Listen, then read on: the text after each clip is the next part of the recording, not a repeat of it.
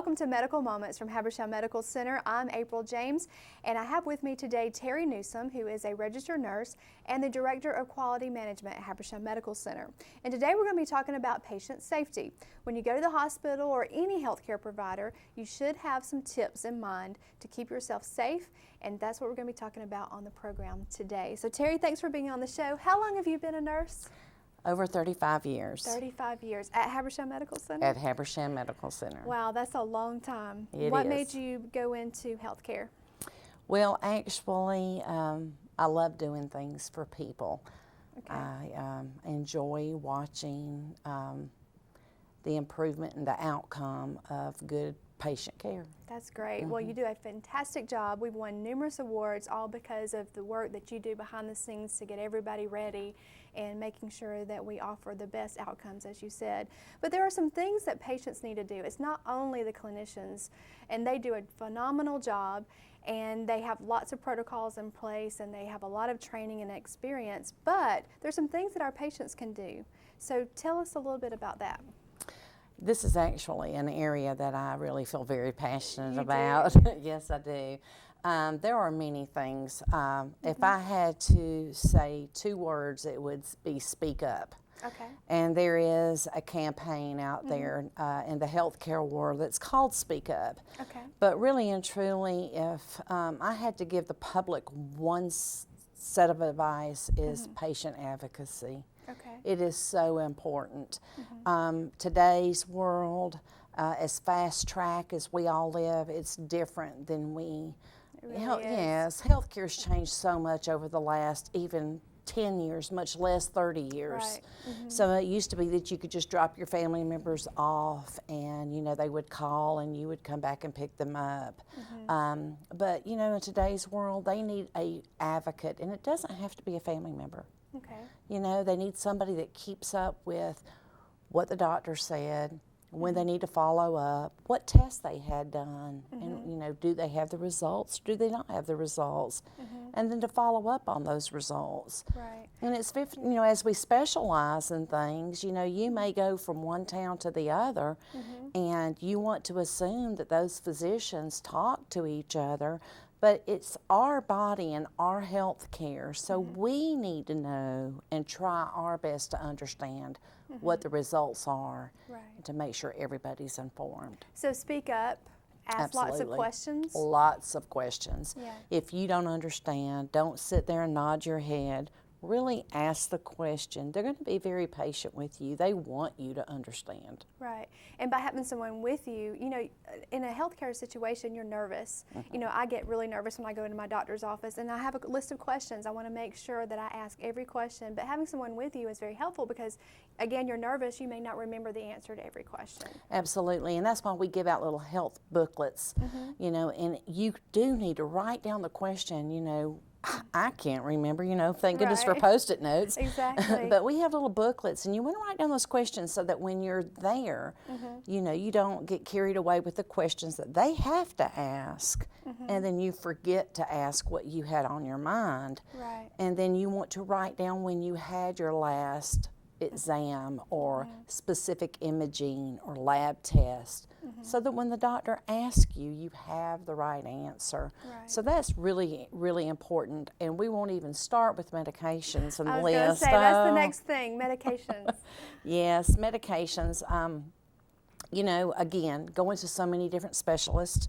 One doctor may order one thing, and then another physician may see it from a different perspective because they may specialize in something. Okay. They may change the medication, but you want to make sure that you have an accurate, updated list with you at all times, and it's always best to share that with your family. Isn't everything on the computer now, electronic? It is, but if you go from one facility to another facility, whether it be a hospital, doctor's office, healthcare clinic, currently we don't have the ability to share all of the electronics together. Now the government's working on that, but we're not there yet. Okay. So it's better to be safe and have a list Absolutely. with you. Yeah. Absolutely. Or especially if you are not alert, maybe you can't tell them. Right, or maybe even maybe the pharmacy didn't have the correct dose. So instead of giving you 50 milligrams, they may have given you double the amount of medicine and given you 25 milligrams. So if you're only used to taking one pill, then you actually need to take 2 pills, and the the label may have changed, but did you really understand that the label changed? Right. So there's a lot of things, and you always want to have somebody to talk to about your health care. Right. And that advocate, it can be your neighbor, somebody that you trust and that is interested in you. Right. Now, going back to medications, I've often heard that you need to have your medicines in the original containers. Is that true? Absolutely true. Okay. Absolutely true. They think that we can look at the 5 million pills that they make today and guess what it is. And sometimes the scary thing is we can. Right. But absolutely, it needs to be in the container for a lot of reasons. Number one is we know what pharmacy to call if we have any information. Good point. Okay. We know which doctor prescribed it. If you're unaware you're not able to communicate with us and your family's not there yet and you don't have an advocate, we can either call that physician or we can call that pharmacy, and then we can verify if the instructions changed differently than what's on the bottle. Right. So that label Absolutely. is often more important than the actual pill itself as far as giving you the description and the background on it. Yeah. Okay. Very good information. Now, what are some things that you do as a hospital provider to keep patients safe?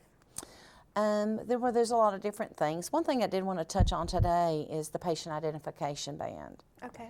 So we know your name, and we're going to ask you over and over your date of birth and your allergies. Those are patient safety things that we have all been trained to do. Even if you have told us 5 times, we're going to continue to ask you that to make sure. Same questions over and over. Absolutely, and there's a lot of reasons for that. You could ask me if I was allergic to anything 4 times, and I'm going to tell you no. And then all of a sudden, I'm going to remember that I'm allergic to tetracycline. Okay. Because I don't take it anymore, so I forget. Okay. So that there is a lot of reasons for the repetitiveness. The patient identification band, many different facilities have different colors, but they are color coded with either an additional band or little clips that fit on the band. Those have meaning. Okay. And if you are a patient or if you are that patient's advocate, you want to understand what the color means. Because the color could mean that they're allergic to latex. It could mean that they are at risk to fall, which is very important. Okay. It could mean that their desire is that we don't resuscitate them in case of an emergency. So then that would help the family understand why the staff is or is not responding the way they are. It may be that you're allergic to a medication or a food allergy. So everybody, that patient and that advocate is a team. Right. You are a vital part of that healthcare team. Your providers, all staff that are taking care of you, lab, imaging, nursing, rehab, everybody, food services, we are all a team. But that patient and that patient advocate is the most important part of that team. Okay. They need to understand. Okay. So the identification band says a lot based on the color and the information on it. Yes. What about some other things? I know you have a timeout. Is that what it's called? Correct. My kids are used to that term, timeout. Timeout. But what about in healthcare? In healthcare, before we do an invasive surgical procedure, what we do is we verify that we have the correct patient, the correct side of the body, the correct part of the body, that we all understand their history. Okay. We have the correct imaging pictures on the correct side. And then we all agree that we have the right information, right patient, we're going to do the correct thing, and then we start the procedure. And we just simply call it a timeout. Okay. Well, that's easy to understand. And you talked about the word right, and we talk about that in medication usage as well. Yes. The right patient, the right time, the Right right dose. methods, right dose. I think there's 5 different R's, That's different right. rights, to make sure that you're being as safe as possible in everything Yes. that we do. What are some of the patient safety awards that Habersham Medical Center has won over the years? I know we've won a lot, but one is the Circle of Excellence. Tell Correct. us about that one. The Circle of Excellence is given to us by Georgia Hospital Association, And it is something that you have been issued a Patient Safety Award for a performance improvement initiative that you've worked on, showing a better patient outcomes and a safe environment. And you have to have won 3 previous Patient Safety Awards within 5 years and the current year, which is 4 out of 5 years. Wow. To receive the Circle of Excellence Award. We're very proud of that. Yes, that's something to be very proud of. And we have all of our awards listed on our website for patient safety and quality, and we take great pride in those. A lot of hard work goes into By this. a lot of people, Yeah. absolutely. Well, one thing that we've won a lot of awards for, stroke care. Absolutely. And so I know that is something dear to your heart. Tell us a little bit about the stroke care at Habersham Medical Center and maybe some signs and symptoms for our viewers to know.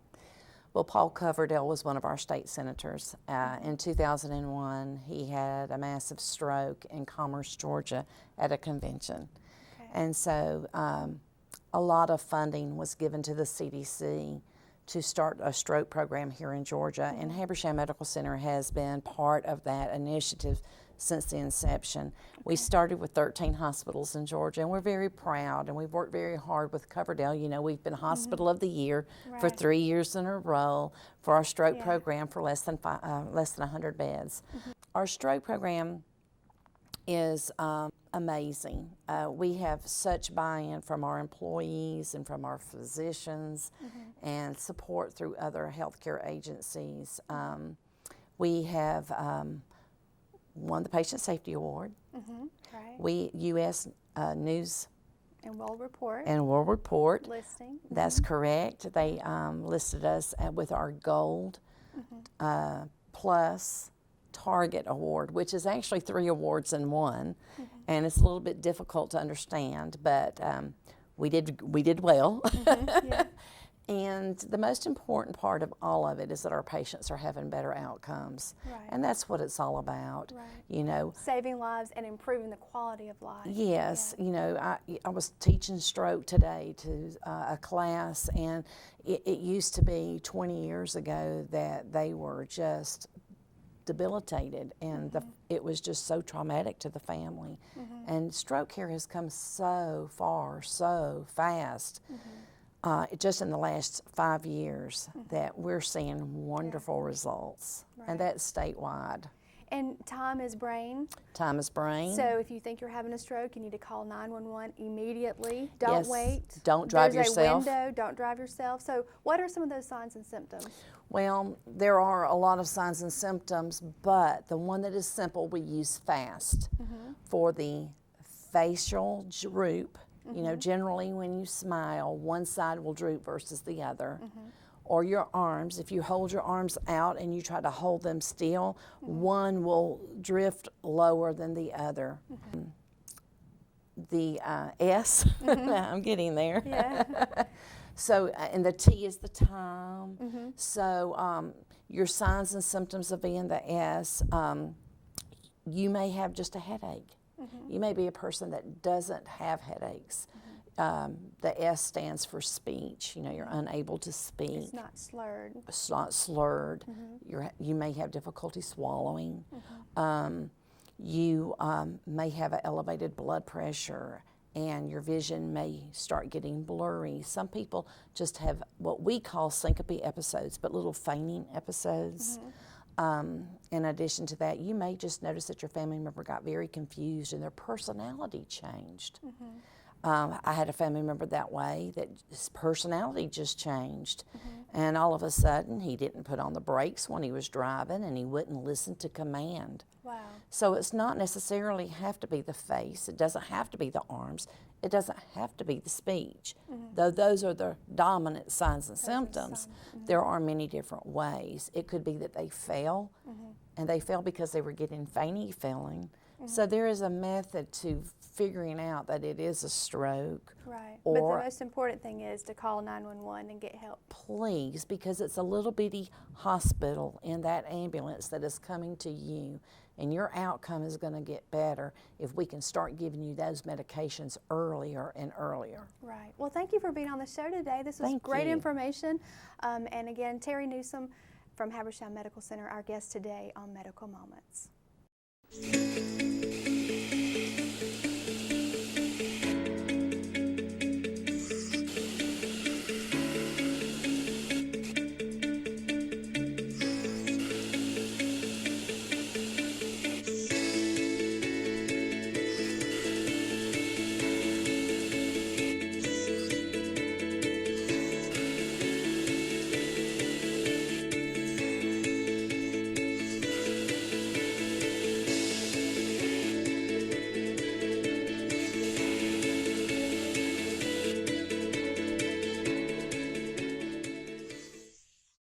Providing local origination programming to our Northeast Georgia customers, you're watching Windstream Cable Television Channel 4, keeping you up to date on the latest activities in our area, including community talk programs, school sports, local church services, and products and services being offered from our Northeast Georgia businesses.